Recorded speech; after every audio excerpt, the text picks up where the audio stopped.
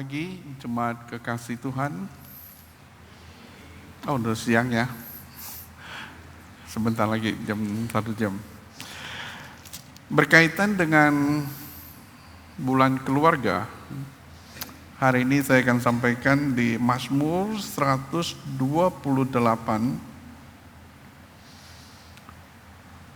Mazmur 128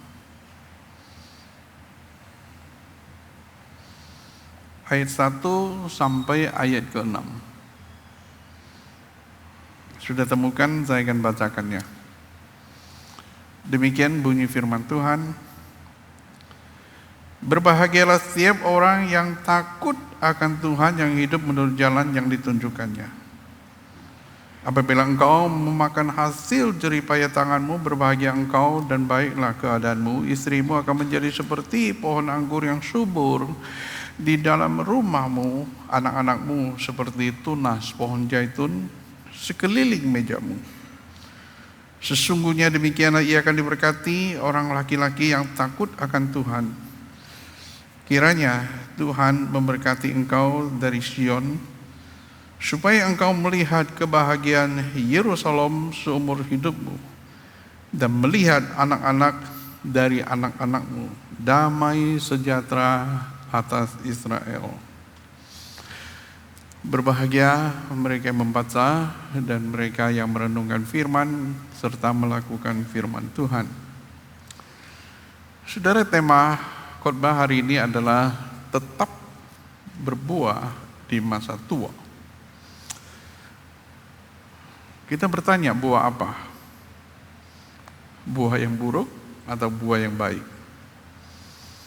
Tentunya saudara, berbuah diharapkan buah yang baik. Tapi buah yang baik pasti ada pohon yang baik kan? Nggak mungkin pohon yang baik menghasilkan buah yang buruk.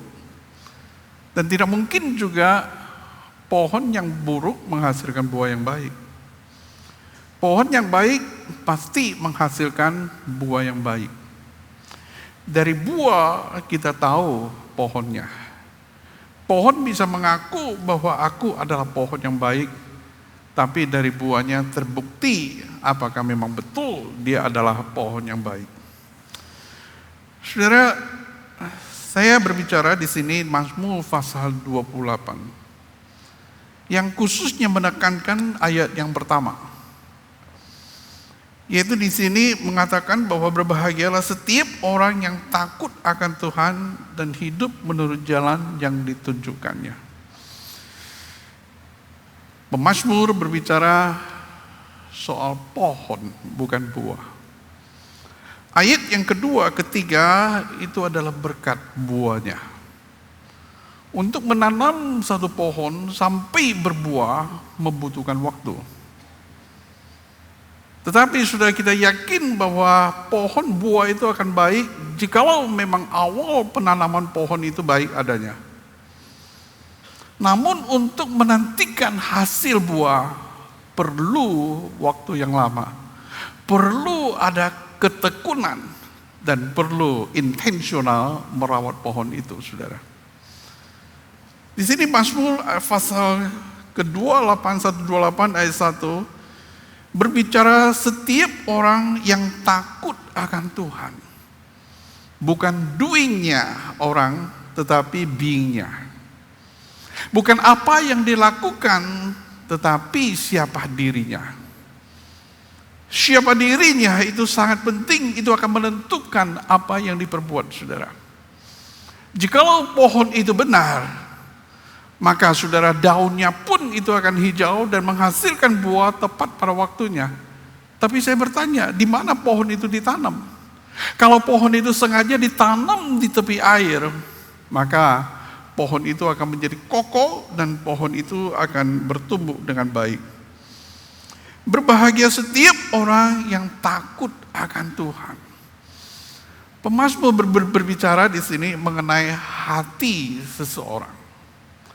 Takut akan Tuhan tidak terletak pada kepintaran kita. Walaupun orang yang takut kepada Tuhan itu pintar. Namun takut kepada Tuhan tidak berhenti tentang apa yang kita tahu. Apa yang kita tahu belum tentu menghasilkan takut akan Tuhan.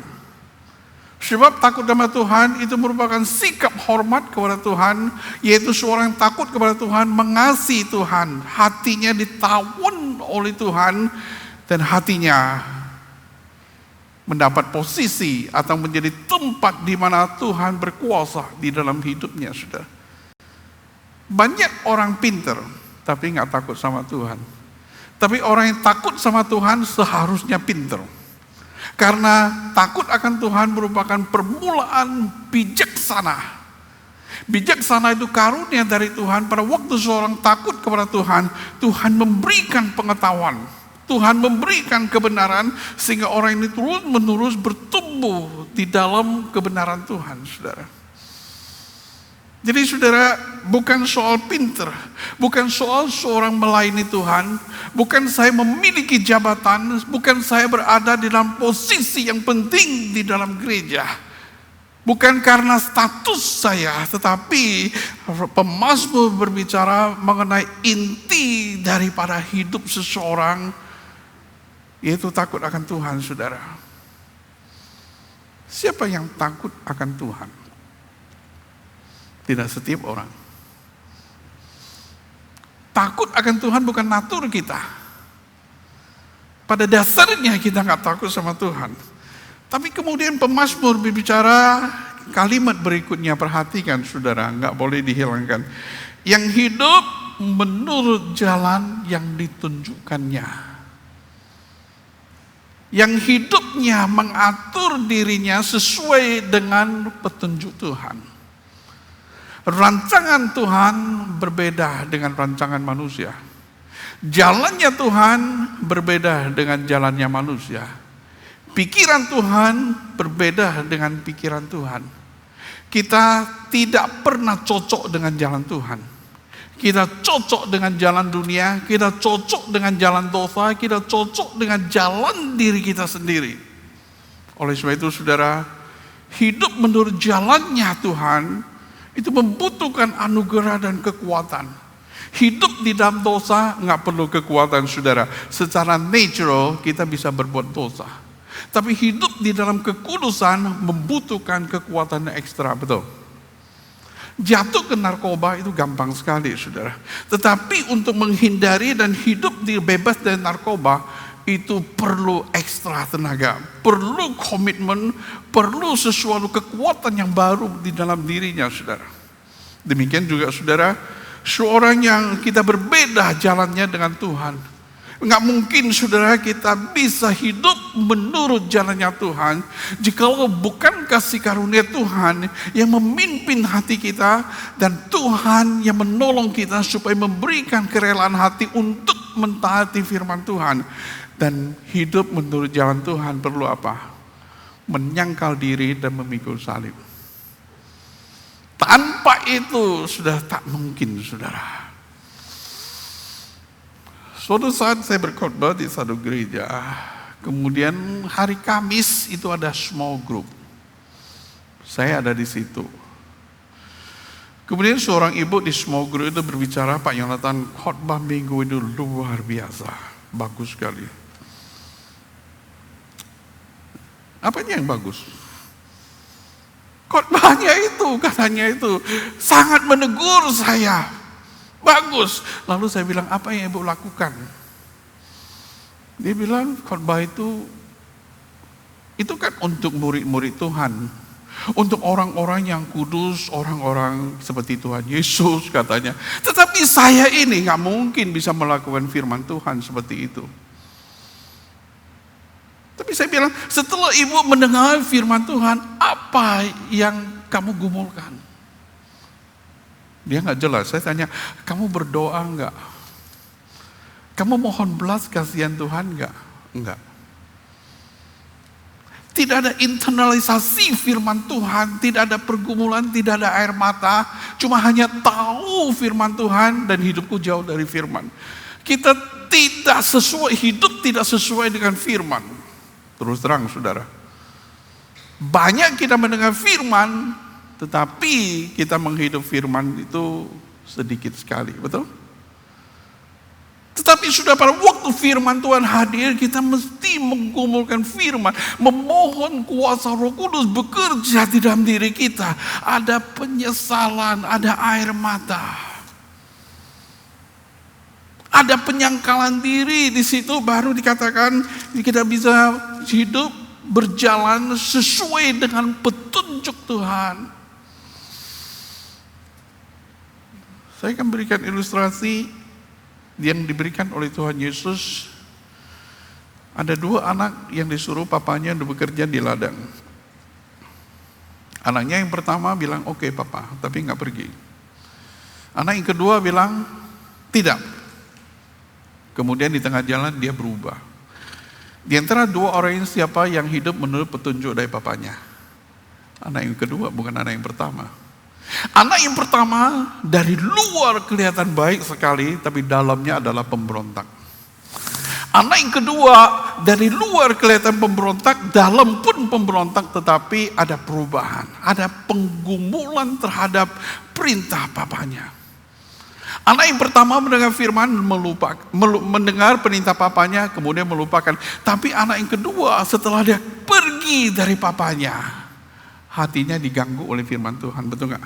Atau perintah papanya. Sehingga di tengah jalan ada penyesalan, ada perputarbalikan. Apa yang dipikirkan, apa yang dikehendaki, kemudian dicocokkan dengan kebenaran. Dan dia menemukan penyesalan di dalam dirinya, saudara. Hidup kita tak pernah cocok dengan firman. Tetapi kita bukan mencocokkan diri dengan firman. 2 hal yang berbeda, saudara. Melainkan kita menggumulkan kebenaran firman bekerja di dalam diri kita. Ada proses internalisasi sehingga firman menjadi bagian di dalam diri kita, saudara. Baru muncul takut akan Tuhan. Baru muncul hati yang menghormati Tuhan, hati yang belajar mengasihi Tuhan, hati yang tunduk di bawah Tuhan karena firman menjadi bagian di dalam hidupnya. Baru mereka mengatakan, Tuhan adalah bagian hidupku, aku tidak mau apa-apa lagi. Bukan berarti dia tidak butuh makan, kepemilikan dan sebagainya, pekerjaan, bukan. Artinya bahwa pemilikan firman itu memenuhi hatinya dan dia tidak mau apa-apa lagi, saudara. Kenapa? Kepenuhan firman, kepenuhan janji Tuhan, kepenuhan sukacita dari Tuhan, kepenuhan kebenaran Tuhan, sehingga saudara hidup kita dikontrol oleh kebenaran itu. Sangat krusial sekali, saudara. Saya bertanya pada diri saya, siapa sih yang takut akan Tuhan? Apakah mereka yang di dalam gereja, apakah mereka setia berbakti kepada Tuhan? Apakah mereka orang yang melayani Tuhan? Jawabnya tidak. Tetapi orang yang takut kepada Tuhan melayani Tuhan. Orang yang takut kepada Tuhan worship kepada Tuhan. Orang yang takut kepada Tuhan memuji Tuhan. Itu gak boleh terbalik. Sebab dan akibat 2 hal yang berbeda. Akibat gak boleh menjadi sebab, sebab gak boleh jadi akibat. Akibat bisa manifestasi keluar melalui sebab. Oleh sebab itu, kembali kita berbicara soal sebab, soal internal quality hidup kita. Yaitu seorang yang takut akan Tuhan, dan mereka ada orang yang memiliki firman Tuhan, dan hidupnya bergabung dengan firman Tuhan. Membaca firman belum tentu punya firman, betul? Tapi orang yang punya firman itu harus melewati dasar untuk membaca firman Tuhan. Membaca firman Tuhan perlu perenungan. Perenungan akan firman itu adalah suatu intention, terus menerus menggumulkan kebenaran firman. Dan pada waktu kita menemukan, menatahu kebenaran, hati itu penuh dengan sukacita, saudara. Roh Kudus bekerja di dalam jiwa kita, di dalam pikiran, mengarahkan kehendak kita, sehingga firman itu betul-betul hidup di dalam diri kita. Saya kembali lihat Mazmur pasal yang pertama, mengenai dikatakan ayat kedua. Tetapi yang kesukaannya adalah Taurat Tuhan, Yang merenungkan Taurat itu siang dan malam. Baru muncul berkat ayat ketiga. Ya seperti pohon. Ayat kedua itu nggak ada. Ayat yang pertama itu negatif, menghindari atau menjauhkan diri dari orang berdosa, atau menjauhkan diri dari jalan kehidupan orang-orang yang tidak takut kepada Tuhan. Kemudian ayat kedua yang positif, kesukaannya itu hati, yaitu desire, itu adalah kesukaan, itu adalah kasih, yaitu saudara hatinya dicenderungkan oleh Tuhan, kemudian suka terhadap firman. Oh, luar biasa saudara. Punya suka terhadap firman. Itu artinya seseorang telah hidup oleh firman. Jangan menahan hati kita kalau sudah digerakkan oleh Tuhan untuk mencintai firman Tuhan. Tetapi jangan membiarkan diri kita juga tetap hati dingin tidak mencintai firman. Melainkan kita perlu berdoa, Tuhan berikan hati saya suka terhadap firman Tuhan. Kita lebih suka hal-hal apa? Perlanggaran, hal-hal duniawi, hal-hal yang tidak penting, hal-hal yang sepele. Ada orang saudara lihat TikTok, saudara tahu kan? Itu bisa berjam-jam, tapi waktu lihat TikTok cuma TikTok, gitu, akhirnya nggak ada isi juga saudara. Kalau pikiran kita banyak melihat akan hal-hal yang dangkal, yang cepat berubah, kita pikirannya nggak tajam, saudara. Karena perubahan itu hitung detik, saudara. Pap, kayak gitu. Sehingga kita mau hal yang instan, tidak mau hal perenungan yang dalam itu. Ini menjadi persoalan di dalam gereja, saudara. Lihat YouTube misalnya, lihat ini mungkin Facebook kayak gitu, berjam-jam ada di situ, tapi nggak ada artinya. Siapa di antara kita 2 jam di YouTube dan bisa menceritakan apa yang kita pelajari? Siapa yang mengatakan bahwa kita lihat 2 jam YouTube seperti itu menyegarkan jiwa kita? Cuma ada sedikit senang terhadap diri kita, tetapi tidak banyak pelajaran yang penting yang kita petik, saudara. Saya mau katakan, kita lebih suka hal yang dangkal, tetapi hal-hal yang berkaitan dengan kebenaran firman Tuhan, kita nggak gitu suka. Tapi di sini, yaitu kesukaannya Taurat Tuhan. Merenungkan itu adalah soal aktivitas pikiran, aktivitas akal budi, yaitu sudah kesukaan firman, kemudian pikirannya ditujukan kepada firman. Maka di sini lengkaplah saudara, antara hati dan pikiran itu berpusatkan kepada firman Tuhan. Itu adalah orang yang mengalami suatu proses pencernaan dan internalisasi firman Tuhan, di mana Roh Kudus bekerja dengan unik sekali di dalam hidup kita. Baru kita memiliki firman. Lalu dikatakan, ia seperti pohon ditanam di tepi air. Pohon yang kokoh. Dia diambil kemudian ditanam. Kata pasif di sini. Bukan dia menanam dirinya, tetapi dia ditanam sengaja. Siapa yang menanam? Ya pemilik pohon itu. Dia ditanam di tepi air, yaitu firman Tuhan. Di aliran firman itu kemudian akan menghasilkan buah, daunnya tidak layu, apa yang diperbuatnya berhasil. Itu adalah efeknya saudara, yaitu seorang yang takut sama Tuhan, berjalan dengan diam kebenaran dan hidupnya dikuasai oleh firman. Kemudian saudara, jalan mereka akan dituntun oleh firman Tuhan.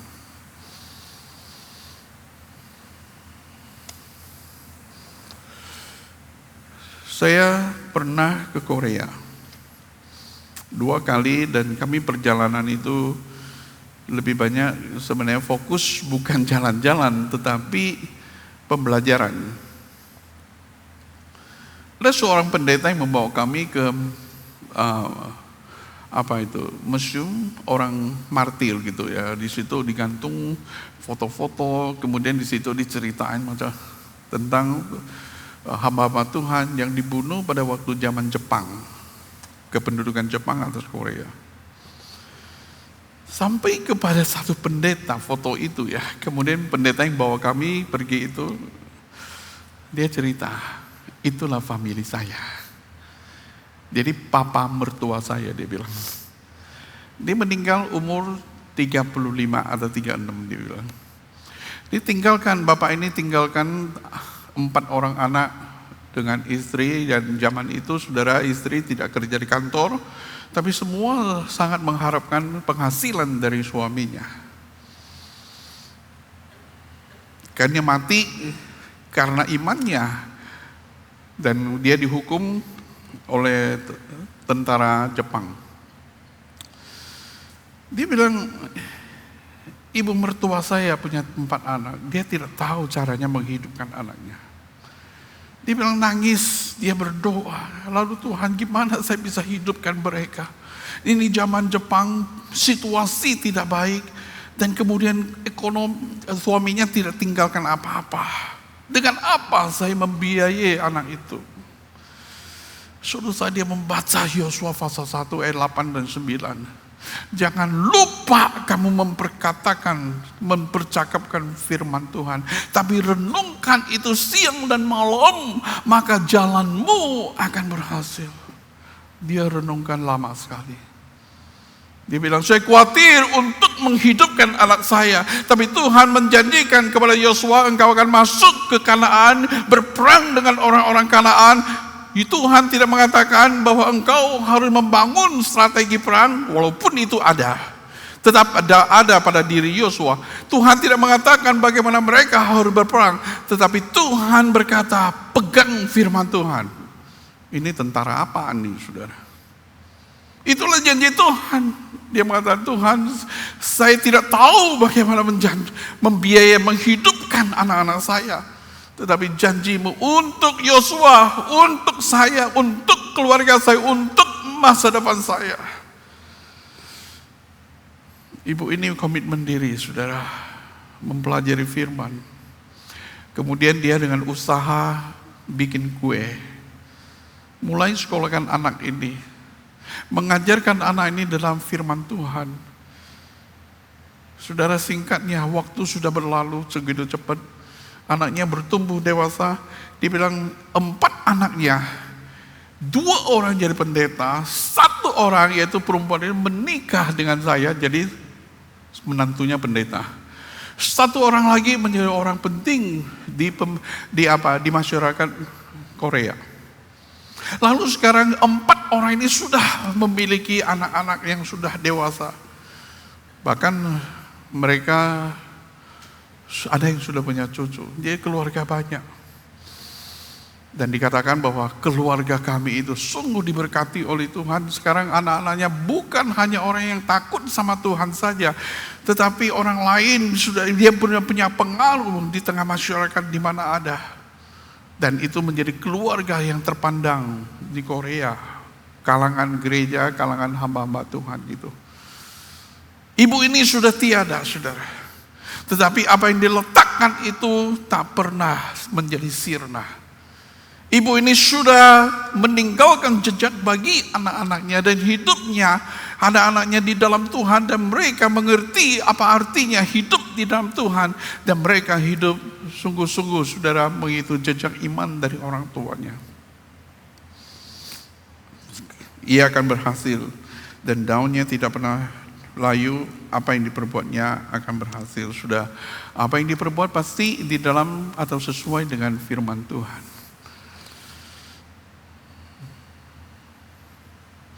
Ada enggak, saudara, keluarga kita itu dibangun oleh Tuhan dan dibangun oleh firman Tuhan?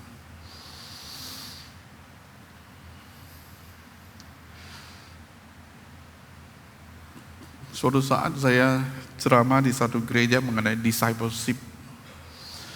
Setelah ceramah, seorang bapak datang, Pak Yonatan. Setelah saya dengar ceramah itu, saya rasa bersalah.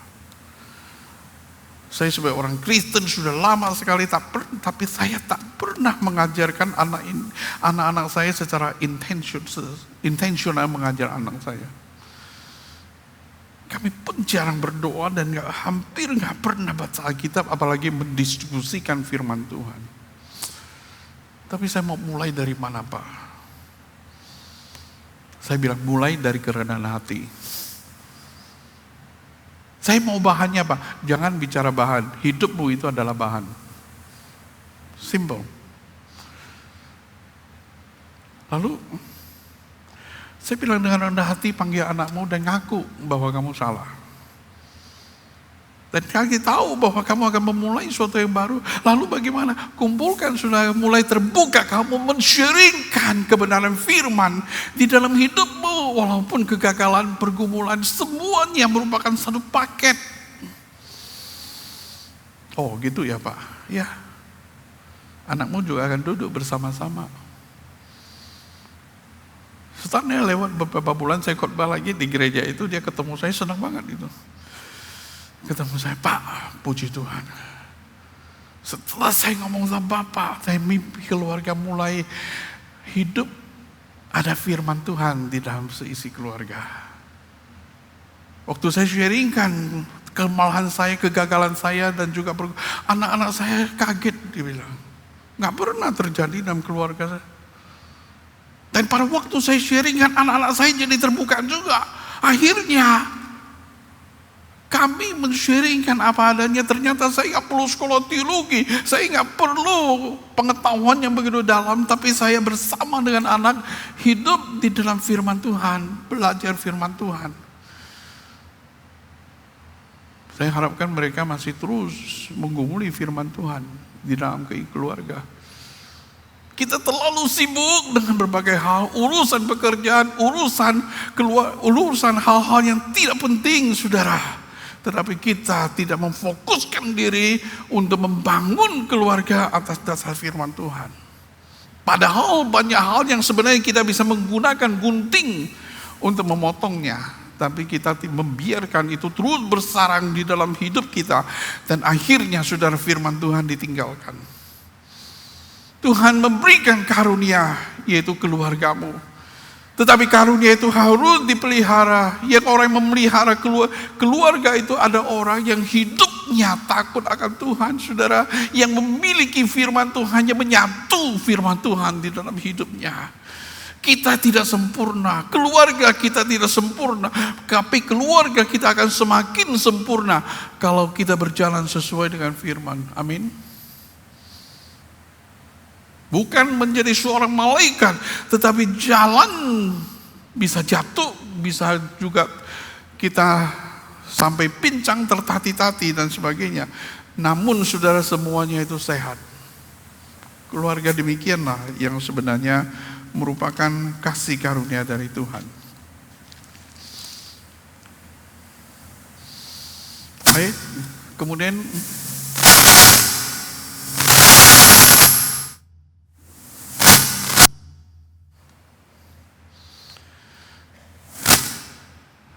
sudah perhatikan ayat kedua. Apabila engkau memakan hasil jerih payah tanganmu, berbahaya engkau dan baiklah keadaanmu. Itu berkat. Kalau kamu sudah punya firman dan firman bergabung dengan dirimu, itu berkat, saudara. Bukan soal kesuksesan di sini, tetapi soal kehidupan kita sehari-hari, jerih payahnya. Kita hidup di dalam Tuhan, kita bersama dengan Tuhan. Karena pada waktu kita memiliki firman, Kristus menyertai kita. Orang Kristen dunia tidak disertai oleh Tuhan, walaupun mereka sudah memiliki Kristus di dalam hidupnya. In Christ dengan with Christ itu berbeda. In Christ itu adalah salvation, keselamatan. Tetapi with Christ itu berjalan bersama dengan Kristus. Ada orang yang sudah in Christ tetapi tidak with Christ. Pada waktu kita sudah with Christ, kita pasti in Christ, saudara. Orang Kristen, jemaat Korintus, mereka telah in Christ tetapi tidak hidup bersama dengan Kristus, tidak with Christ. Di sini bicara soal makan minum hasil jerih payah pun kamu bersama dengan Tuhan. Pada waktu kamu untung pun bersama dengan Tuhan. Pada waktu rugi pun bersama dengan Tuhan. Pada waktu kondisi hidupmu yang tidak baik, itu pun disertai Tuhan. Ini adalah uniknya. Pada waktu seseorang memiliki firman, memiliki kekayaan hidup di dalam Tuhan. Sehingga Tuhan adalah bagian hidupku. Apapun aku gak mau. Orang yang seperti ini tidak lagi mencintai dunia, tapi hanya belajar mencintai Tuhan. Segala yang dia punya adalah karunia Tuhan. Tapi seharusnya memuliakan Tuhan. Dia tidak pernah sombong terhadap segala kepemilikan, kedudukan, posisi, kepintaran. Semuanya tunduk di bawah otoritas Tuhan. Engkau memakan hasil buah dari jeripayamu itu. Orang yang mengasihi Tuhan, atau lebih baik, orang Tuhan mengasihi seseorang, dia pun akan mengaruniakan berkat kepada mereka. Ayat ketiga, sudah perhatikan, berkat lagi. Istrimu akan menjadi seperti pohon anggur yang subur. Pohon anggur itu artinya apa? Kesukaan. Istrimu itu akan menjadi kesukaan di dalam keluargamu. Kalau bisa istri menjadi kesukaan, pasti ada damai sejahtera kan? Kalau istri bisa menjadi kesukaan, bisa menjadi penolong yang baik. Istri menjadi kesukaan bagimu, punya karakter yang indah, punya karakter yang saleh itu. Hidup di dalam keluarga ada damai sejahtera, baru suka kan? Seperti keluarga walaupun ada di bumi, tetapi mencicipi suasana surgawi. Karena kasih itu. Karena hati takut sama Tuhan, berjalan sama Tuhan, bersekutu di dalam firman Tuhan, dan di dalam kehidupan sehari-hari pun hidup di dalam kesucian Tuhan. Dan itu menyenangkan sekali. Anak-anakmu seperti tunas pohon zaitun. Wah, luar biasa di sini. Bukan berkat untuk dirinya, orang yang takut sama Tuhan, bahkan sekarang anak-anaknya. Pohon zaitun menggunakan 4 tahun atau 6 tahun menanam dengan susah payah, tapi kemudian mulai menghasilkan tunas dan berbuah.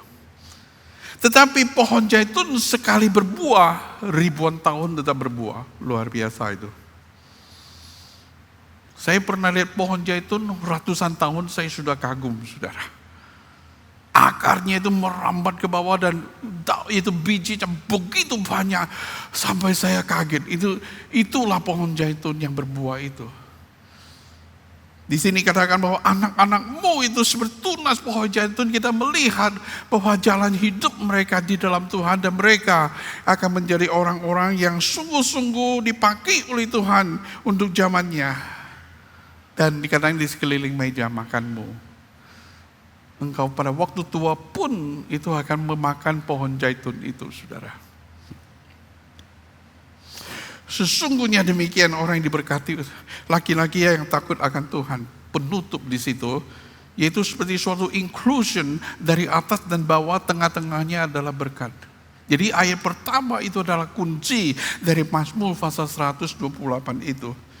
Ayat kelima mulai mengatakan berkat itu, kasih karunia Tuhan mengalir ke Sion itu. Sion itu adalah Yerusalem, Sion itu adalah rumah Allah, Sion itu adalah society, Sion itu adalah umat Allah. Artinya apa? Bukan hanya saudara keluarganya diberkati oleh Tuhan, tetapi masyarakat di mana dia hidup pun melihat apa yang dikerjakan oleh Tuhan di dalam hidup mereka, saudara. Betul? Kita orang seperti ini terkenal bukan karena perbuatan jahat ataupun kelakuannya tidak baik, tetapi mereka dikenal karena kasih karunia Tuhan di dalam hidup mereka. Lalu dikatakan bahwa engkau akan melihat kebahagiaan Yerusalem. Masyarakat ada damai sejahtera dengan kehadiran orang-orang yang telah hidup damai dengan Tuhan. Ayat ke-6, engkau akan melihat anak dari anak-anakmu. Oh, luar biasa. Jadi mungkin sudah dari kakek, mungkin sudah jadi buyut, masih melihat anak cucunya. Itu adalah karunia Tuhan, panjang umur, saudara. Kalau keluarga kita, keluarga yang hidup di dalam Tuhan, takut sama Tuhan, kita rasanya pingin terus hidup dalam keluarga itu ya. Kalau keluarga itu banyak percekcokan, kemudian tidak ada damai sejahtera, kita rasanya nggak enak hidup dalam keluarga itu.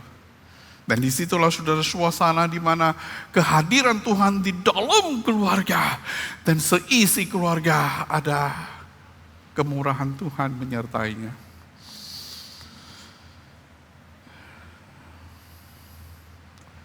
Saya dengan istri sudah menikah 30 tahun, waktu cepat berlalu.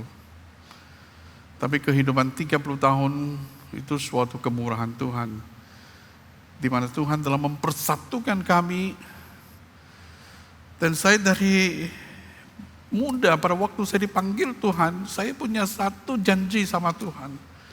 Tuhan, jagalah hidup saya supaya saya jangan berbuat dosa, melukai hati Tuhan. Saya terus mempelajari firman Tuhan supaya firman Tuhan memenuhi hidup saya, supaya saya bisa jalan di dalam kebenaran. Bahkan sampai hari ini pun saya merasa kurang mempelajari firman Tuhan. Padahal saya sudah membaca firman Tuhan puluhan kali. Saya sudah belajar buku teologi, boleh katakan siapapun, saudara saya tahu itu. Saya tak merasa kurang, saudara, ingin lagi menelan firman seperti Yeremia itu. Saya belajar untuk takut akan Tuhan di dalam keluarga, saudara. Tapi Tuhan kemudian sudah lihat, saya juga bersyukur bahwa Tuhan memberikan seorang penolong istri saya. Kami menikah 30 tahun, kami gak pernah menyesalinya. Tapi kami bersuka cita. Hidup bersama dengan istri saya. Istri saya menjadi kesukaan bagi saya di dalam keluarga karena karakternya, karena handalnya, karena si kelembutannya, karena firman Tuhan di dalam hidupnya. Kami diskusikan firman Tuhan, hidup di dalam firman Tuhan. Kami tidak sempurna, tetapi kami terus belajar, saudara. Sampai saya ngomong sama istri saya, kamu jangan mati ya. Kamu mati saya susah. Istri saya juga bilang, kamu jangan mati juga, kalau mati saya juga susah. Tapi suatu saat pasti mati, sudah. Kalau kau gitu mati berdua sama-sama pada hari yang sama. Ya nggak bisa juga, saudara. Saya nggak bisa menentukan hidup saya. Tetapi saya mau katakan, saudara, karena begitu dekat dengan istri saya menjadi kesukaan bagi keluarga. Saya ingin hidup bersama-sama. Bahkan saya dirawai kalau Tuhan boleh mengaruniakan hidup yang panjang sampai saya melihat anak cucu saya yang hidup takut akan Tuhan. Istri saya menjadi kesukaan bagi anak-anak. Dan kemudian juga menjadi kesukaan seisi keluarga. Saudara, kita saling belajar satu dan yang lain. Itulah, saudara, itu berkat Tuhan di dalam keluarga. Anak-anakmu seperti tunas pohon zaitun. Bukan hanya, saudara, mereka berhasil di dalam education, di dalam karya, tetapi mereka juga orang yang hidupnya takut akan Tuhan. Mereka mengenal Tuhan dan hidup menjauhkan diri dari kejahatan. Apalagi yang menjadi sukacita orang tua, betul? Tahun ini kami refleksikan kembali untuk keluarga kami. Kami sungguh bersyukur kepada Tuhan apa yang telah Tuhan kerjakan selama ini. Anak saya yang pertama, setahun yang lalu dia selesai medical school. Anak yang ketiga selesai bidang teknologi. Anak yang kedua yang perempuan itu, dia di medical school itu sudah di pertengahan jalan. Tinggal koas dan selesaikan. Suatu perjalanan yang sulit, tetapi saudara, Tuhan berkati. Boleh katakan anak saya sekarang seperti pohon yang kemudian menghasilkan tunas pohon zaitun itu. Dari waktu ke waktu saya akan melihat bagaimana mereka hidup di dalam Tuhan. Anak saya pada waktu sudah ketemu dia ceritakan rumah sakit, bagaimana dia melayani mereka. Bagaimana dia menjadi pendamping bagi mereka yang sakit. Artinya sudah anak ini mulai menjadi berkat bagi masyarakat di sekitarnya. Tapi yang penting, saudara, mereka takut akan Tuhan, seisi keluarga. Kadang-kadang kita berjalan di dalam keluarga, membangun keluarga, kita tidak tahu, saudara, ke depannya. Tapi kalau realnya tepat, pasti kereta itu akan sampai, kan? Kalau pohonnya itu tepat, benih yang baik, pohon itu ditanam di tepi sungai, kemudian merawatnya, pasti pohon itu menghasilkan buah. Dan buahnya mungkin 20 tahun ke depan kita. Dan pada waktu kita berada di depan, kita akan melihat kembali ke belakang betapa besar kasih karunia Tuhan, saudara. Keluarga apa yang kita bangun, saudara?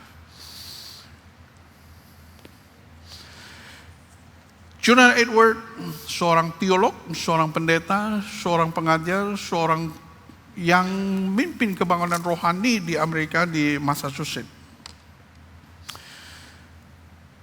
Dia melatih banyak orang Kristen. Dia menikah dengan seorang gadis yang berkarakter mulia, Sarah. Kemudian sudah dari kesatuan mereka menghasilkan kurang lebih 730 keturunan. Cukup banyak ya. Lalu mereka adakan research terhadap keluarga ini, saudara. Dari hasil mereka, Jonathan Edwards dan istrinya, kemudian saudara melahirkan keturunan seperti ini. 1 wakil presiden, 1 dekan fakultas hukum, 1 dekan fakultas kedokteran, 3 orang senator, 3 gubernur, 3 wali kota, 13 rektor perguruan tinggi, 13 hakim, 60 dokter, 65 profesor, 75 perwira tinggi, 80 orang menjadi pejabat publik, 100 orang menjadi pengacara, 100 orang jadi pendeta. 285 orang dikatakan lulus dari perguruan tinggi. Mereka tidak menggunakan uang negara 1 sen pun. Tapi mereka memberikan sumbangsi yang besar kepada negara Amerika. Keturunannya seperti pohon yang ditanam di tepi air dan menghasilkan buah. Kemudian saudara, mereka menjadi berkat bagi gereja dan masyarakat di mana berada. Tetapi Jonathan Edwards, ada seorang namanya Mark Juk, hidup sejaman dengan Jonathan Edwards dan hidup di kota yang sama. Dan orang ini menikah dengan seorang wanita yang tidak takut sama Tuhan. Hidupnya tidak benar, karakternya buruk sekali. Mark Juk ini adalah seorang pemabuk. Berbagai hal-hal yang buruk dia lakukan, tapi dari keturunannya itu ada 1026 orang. Kemudian mereka adakan research terhadap keturunan orang ini. Sudah dikatakan apa? Dari keturunan Mark Juk ini melahirkan 7 orang pembunuh, 60 pencuri, 190 orang pelacur, 150 orang adalah narapidana, 310 orang miskin, 440 orang kecanduan narkoba dan fisiknya menjadi rusak. Kemudian juga dikatakan bahwa mereka 100 orang dikirim ke LP, dihukum paling tidak rata-rata 13 tahun itu, saudara. Dan 100 orang hidupnya sebagai pemabuk dan menghabiskan uang negara jutaan US dollar, saudara. Mark Juk melahirkan keturunan sampah masyarakat. Karena dia tidak takut sama Tuhan. Jonathan Edwards melahirkan keturunan ada orang-orang yang takut sama Tuhan. Jonathan Edwards hidupnya for generation to come. Yaitu hidup bagi generasi berikutnya. Namanya tetap bergema. Walaupun Jonathan Edwards dan istrinya sudah mati, kita tetap melihat itulah figur seorang yang takut akan Tuhan. Keluarga apa yang kita bangun, saudara? Tidak kaya di dalam dunia ini, menjadi terkenal, kita melampiaskan kepuasan diri, atau apa, saudara? Maukah kita komitmen membangun keluarga yang takut akan Tuhan, yang menghasilkan buah yang tetap? Mari kita berdoa, saudara.